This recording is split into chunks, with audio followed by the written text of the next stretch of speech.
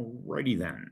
Successfully Indie Author 5-Minute Focus, episode 1249. Second and future editions. All right, you see, I'm in my little apartment here overlooking the ocean. Just got a thing at 6, so I can't be outside. So doing it from in here. Anyway, here we are. Got a new haircut thanks to my grandchildren. They hammered away at my head with the clippers, and yeah, here we are. Exactly where I want to be at a fraction of the cost of a real haircut, which, come on, my head, really. Second and future editions. Okay, you publish your first book, you publish a book, you put first edition. I've done that for a lot of books. And then you change it, and the guesstimate is if you've changed 10% of the interior of the book on a rewrite, or if it's nonfiction, if you've added chapters or done some other things to it, then it becomes a second edition. Now, on Amazon's product page, you go to change that 1 to 2, and guess what? No joy. You can't change it. What the hell? I guess you could go through Amazon's help and ask them, please, can you change this to second edition? I've uploaded a new file. Or you could bypass all of the madness and simply do like I did, and I put second edition in the title, because you can change the title, you can change the subtitle, you can even change the author.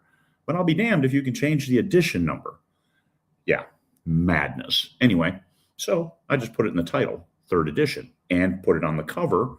I have bars on the cover, and it's second edition and third edition. So I have a third edition of my nonfiction book to become a successful indie author, and just put it in the title. And then, of course, change the blurb. This is the third edition, updated in 2023. There we go, because it's all about reader experience. The Amazon product pages absolutely don't care what you do, as long as you have a positive reader experience. So yes, there are some terms of service things people are probably flipping out. Oh no, you can't do this again. Yeah, whatever. If people don't complain, Amazon doesn't highlight it. So, I mean, you try to stay within terms of service, but for edition, what the hell? Why can't I change that to second edition and upload the new file? Well, you can't. So you can ask them, please, can I upload this, change this 1 to 2, and then you're a slave to the customer service department of Amazon and the author help desk, and you're going to get what you're going to get. So I just do it in the title, then subtitle. The whole, you upload the new interior, they upload the new cover. If you have a paperback, you can upload the new paperback cover. You can upload the new paperback interior. You pretty much can't change anything on a paperback. Ebook, you can change title, subtitle, author. But on a paperback, because especially if you're using your own ISBN, then you have to keep all of this other stuff the same. But you can change the cover and the interior. You can change the blurb. So you just change the blurb and say, this is the third edition. This is the fourth edition, whatever edition it is. And that's estimated at least 10% of the content within the book has changed. So if you've done a major rewrite, you can keep all your reviews, all your ratings. You can keep that book where it is and just change the title or the blurb. Or if you really want that 2 in that block where Amazon's product page says this is a second edition, then you have to upload a whole new product page. Yes, you do that. So it's a new ASIN. And if you're doing print, it's a whole new ISBN. If you're using the free ones, okay, whatever, it doesn't cost you anything. But if you're using your own, then you have to add another ISBN for an old product. The old product is still available.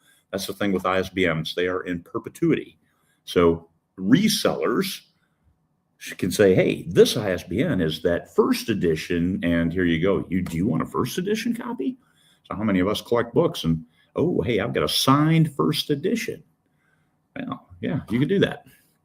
But second edition, third edition, I put it right on the cover. So it's clear on the cover. Terms of service, again, supposed to have it on the cover if you have it in the title. And there you go. Update the blurb. Make sure that the reader experience is sound. That this is the third edition. Here's what's changed. Here's the good stuff. And come on in and pick it up and enjoy.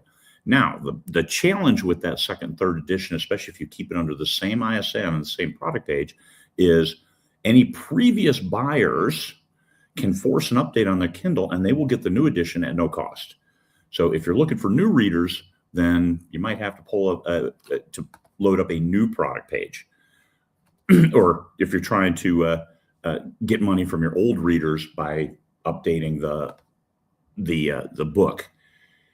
But if you want to reward your old readers, foundational readers, then you can just change the product page and keep the product page the same and change the interior, change the cover, change the blurb, and then they can just force an update and they get it at no cost. So they get the new book. This is a good thing for old readers. It keeps them on board. If you've changed 50% of the book or more, just go with a new product page, even if you have a lot of reviews, because obviously there was something that you had to change. Even if you've got a lot of reviews, why are you changing your book that much? That's a different question, completely different question. Anyway, future editions, in order to play within Amazon's ecosphere, you got to play by their rules. So if you can't change the edition on the product page yourself, work around it. Change the title, make sure that's on the cover, and then change the blurb, reader experience, upload the new cover, upload the new interior file, and go to town. All right, there you go. Edition numbers, second and future editions, in order to make it easiest on yourself and for your readers too. Keep them happy, and everybody wins. Peace, fellow humans.